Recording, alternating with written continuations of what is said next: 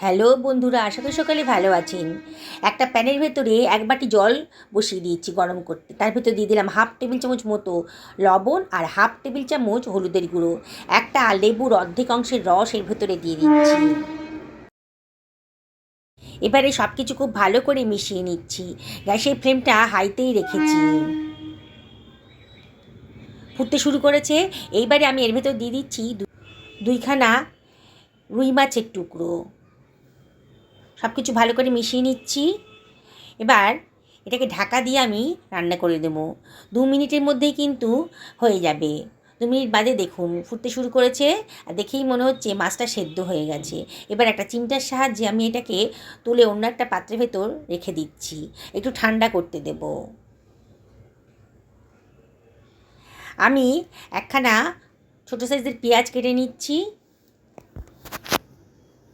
পেঁয়াজটাকে আমি পাতলা পাতলা করে কেটে নিচ্ছি। মাছটাও ঠান্ডা হয়ে গেছে, মাছের কাঁটাগুলো বেছে ফেলে দেব।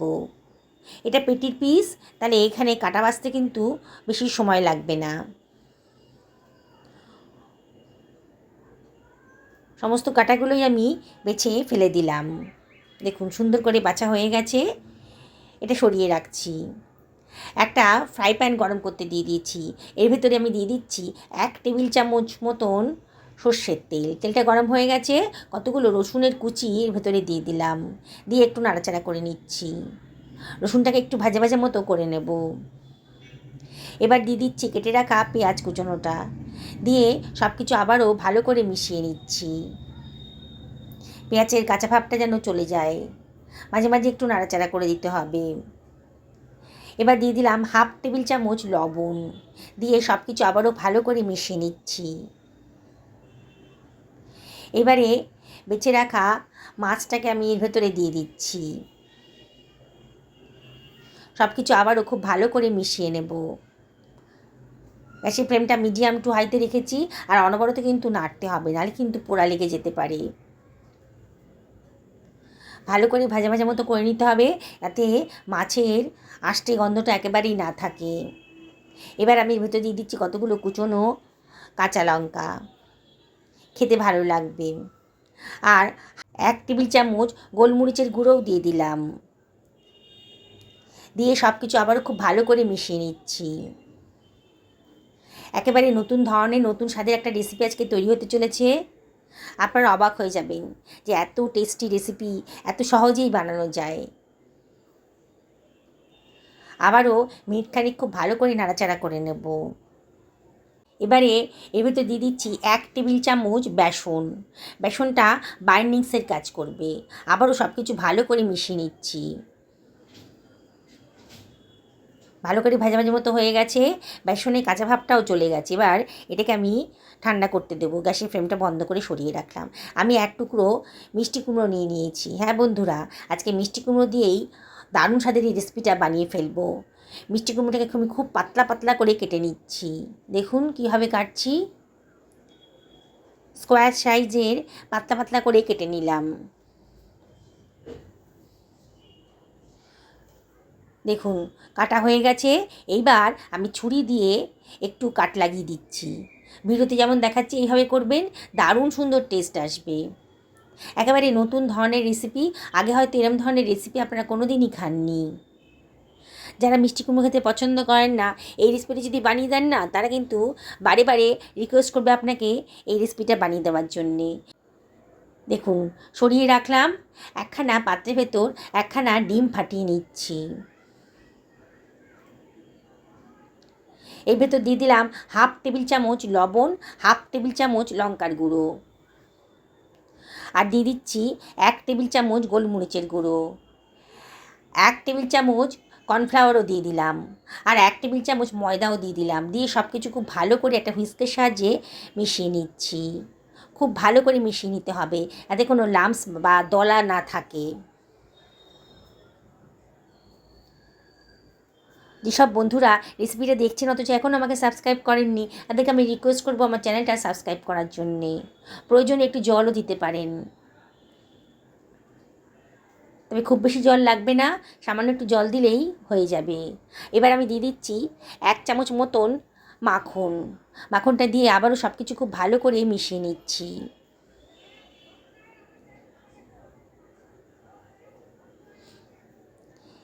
বন্ধুরা, রেসিপিটা ভালো লাগলে পরে লাইক, শেয়ার, কমেন্ট করতে কিন্তু ভুলবেন না। যেসব বন্ধুরা ফেসবুক থেকে দেখছেন তাদেরকে আমি রিকোয়েস্ট করব আমার পেজটা ফলো করার জন্যে। এবারে যে মিষ্টি কুমড়োগুলো আমি কেটে রেখেছিলাম, মিষ্টি কুমড়োর টুকরোটা এর ভিতরে দিয়ে দিচ্ছি। মাছের যে পুরটা বানিয়েছিলাম সেই পুরটা খানিকটা অংশ এখানে দিয়ে দিচ্ছি। দেখুন কীভাবে করছি। আর একটা মিষ্টি কুমড়োর টুকরো এরপরে চাপা দিয়ে দিলাম। এইভাবে বানিয়ে নেব পুর ভরা মিষ্টি কুমড়ো ভাজা। দারুণ সুন্দর টেস্টি রেসিপি আজকে তৈরি হতে চলেছে। তাকে খাওয়াবেন না, সে তো অবাক হয়ে যাবে যে এইভাবে অত সুন্দর একটা রেসিপি বানানো যায়। দেখুন আমি আবার একটা দেখাচ্ছি। এক টুকরো মিষ্টি কুমড়োর মধ্যে দিয়ে দিলাম মাছের পুরটা, আর তার মধ্যে আর একটা মিষ্টি কুমড়োর টুকরোও চাপা দিয়ে দিলাম।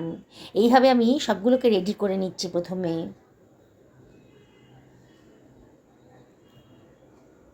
দেখুন সবগুলো রেডি করা হয়ে গেছে। এবার ফ্রাই প্যানটা গরম করতে বসিয়ে দিয়েছি। ফ্রাই প্যানের ভেতর দিয়ে দিচ্ছি তেল। আর সাদা তেলেই করব। 4 টেবিল চামচ সাদা তেল দিয়ে দিলাম। এবার মিষ্টি কুমড়োর টুকরোটাকে আমি ব্যাটারের মধ্যে চুবিয়ে গরম তেলে দিয়ে দিচ্ছি। আশা করি আপনাদেরকে বোঝাতে পেরেছি আমি। একেবারে নতুন ধরনের নতুন স্বাদের রেসিপি। বললাম তো, একবার যদি দেখেন না, দেখেই আপনাদের বানাতে ইচ্ছে করবে। একসঙ্গে সবগুলো ভাজবো না, ব্যাচে ব্যাচে ভাজতে হবে। আমার যে ফ্রাই প্যানের সাইজ, তাতে 4খানা পুরভরা মিষ্টি কুমড়োর রেসিপিটা কিন্তু তৈরি করা যাবে। আমি 4টেই দিয়ে দিলাম। খানিকক্ষণ ওয়েট করে এগুলোকে আমি ওপর থেকে একটু তেল ছিটিয়ে দিচ্ছি। দেখুন কীভাবে করছি। বানানোটা একেবারেই সোজা, আর এই টেস্ট কিন্তু মুখে লেগে থাকবে আপনাদের। এবারে উল্টে পাল্টে এগুলোকে আমি ভেজে নেব। দেখুন নিচের পোর্শনটা ভাজা হয়ে গেছে, এবার উল্টে দিলাম। এইভাবেই উল্টে পাল্টে আমি ভেজে নিচ্ছি। একেবারে নতুন ধরনের রেসিপি। গ্যাসের ফ্লেমটা মিডিয়াম টু হাইতে রেখেছি। একটা চিমটার সাহায্যে আমি এপিট ওপিটটাকে আবারও খুব ভালো করে ভেজে নিচ্ছি। সুন্দর একটা কালার চলে আসবে, তখনই বুঝবেন যে এটা ভাজা হয়ে গেছে। দেখেই মনে হচ্ছে ভাজাটা হয়ে গেছে। এবার চিমটার সাহায্যে আমি এগুলোকে তুলে নিয়ে একটা স্ট্যান্ডারের উপর রাখছি। তেলটাকে যত সম্ভব ঝরিয়ে রাখবো। আপনারা ইচ্ছে করলে টিস্যু পেপারের উপরে ওইগুলো রাখতে পারেন, তাহলে তেলটা সোকড হয়ে যাবে। বাকি যে চপগুলো ছিল, মিষ্টি কুমড়ো চপই বলছি আমি এটাকে, সেগুলো আমি ভাজতে দিয়ে দিচ্ছি।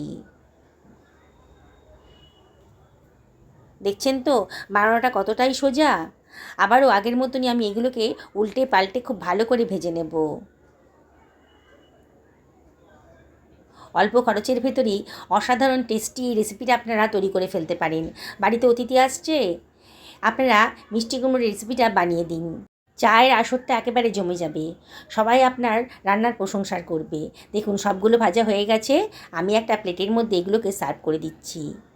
গরম গরম দেখেই কিন্তু লোভনীয় হয়ে গেছে। দেখেই কিন্তু বানাতে ইচ্ছে করবে। আর একবার যদি বানিয়ে খান না বন্ধুরা, বারে বারে আপনাদেরকে এটা বানিয়ে খাওয়ানোর জন্য রিকোয়েস্ট করবে সবাই।